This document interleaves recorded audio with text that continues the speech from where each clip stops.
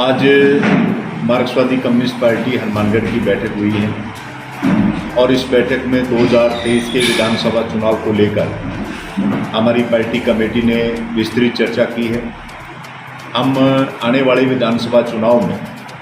हनुमानगढ़ जिले की 4 सीटें जिसमें बादरा, नोल, संगरिया और हनुमानगढ़ लोकल सीट पर है, 4 सीटों पर पार्टी अपने उम्मीदवार हैं वो उतारेगी। उन उम्मीदवारों के बारे में हमारी आज की ज़िला कमेटी में नामों के ऊपर भी सर्वसम्मति हमारे साथियों ने बढ़ाई है। और इस चुनाव में जो मार्क्सवादी पार्टी जा रही है, हम पिछले विधानसभा चुनाव में 1 सीट बादरा पर हमारे साथी कॉमरेड बलवान पुनिया चुनाव जीते थे। इस विधानसभा चुनाव में 5 साल के अंदर जो हमारे विधायक ने मात्र बादरा के अंदर ही नहीं, पूरे हनुमानगढ़ और पूरे राजस्थान में किसान की, मजदूर की, व्यापारी की, नौजवान की, बेरोजगार की, दलित की, आम जनता की आवाज़ को जिस प्रमुखता के साथ विधानसभा के अंदर रखा और मात्र विधानसभा के अंदर आवाज़ को उठाया ही नहीं, जनता की जो जरूरी समस्याएं थी उन समस्याओं का हमने समाधान करवाने का प्रयास किया। इसीलिए राजस्थान के अंदर एक उदाहरण है कि जहाँ से हमारे विधायक हैं बादरा से,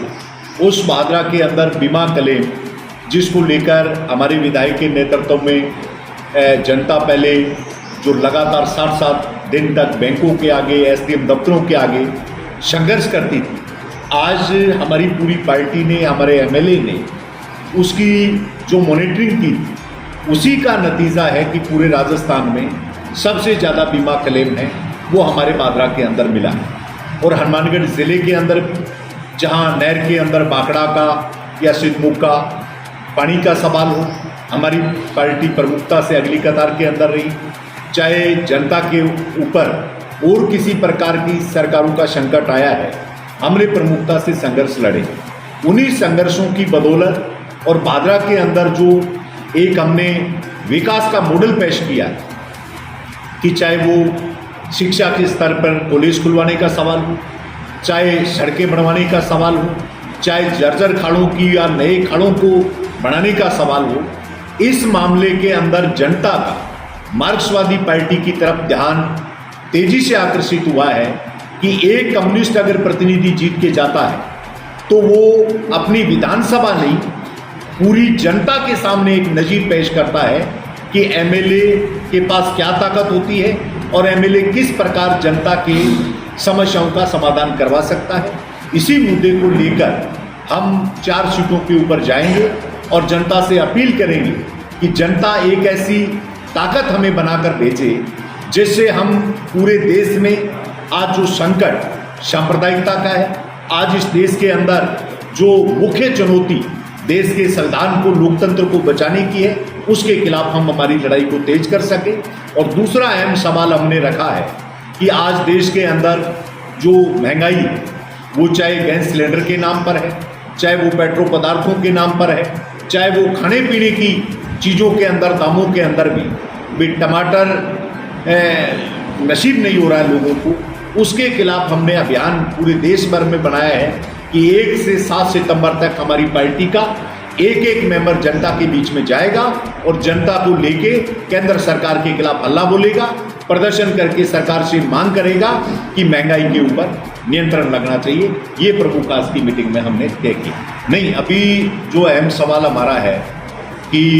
केंद्र सरकार जिस प्रकार बेरहमी से अंतर्राष्ट्रीय मार्केट में क्रूड ऑयल के पिछले सालों के अंदर बीच में क्या हालात रहे कि पानी के मोल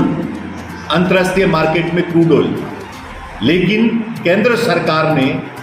वो बोझ है आम जनता पे लादने का काम किया। गैस सिलेंडर का जहाँ तक सवाल है, जो 350 रुपये वाला था आज 1150 रुपये है। खाने पीने की चीज़ है, आज ट्रेन के किराए का सवाल है। हर मामले के अंदर महंगाई बढ़ी। राजस्थान के सरकार के काम की हमने जहाँ विधानसभा के अंदर बिजली के सवाल, उसको हमारे विधायक ने प्रमुखता से रखा और उसी का नतीजा था कि आज ग्रामीण क्षेत्र के अंदर गरीब आबादियों में आप देखेंगे कि बहुत से लोगों को बिजली की जो महंगाई है उससे राहत मिली है। और सरकार ने, राज्य की सरकार ने जो सब्सिडियां शुरू की है, चाहे वो राशन किट का सवाल हो, चाहे उज्ज्वला योजना के अंदर 500 रुपये के गैस सिलेंडर का सवाल हो, ये मार्क्सवादी पार्टी की डिमांड। और सिर्फ हमने डिमांड नहीं, इस मामले को लेकर संघर्ष ही किया है। इसलिए 1 से 7 का जो हमारा कार्यक्रम केंद्र सरकार की उन जन विरोधी नीतियों के खिलाफ, महंगाई के खिलाफ हमारा संघर्ष है।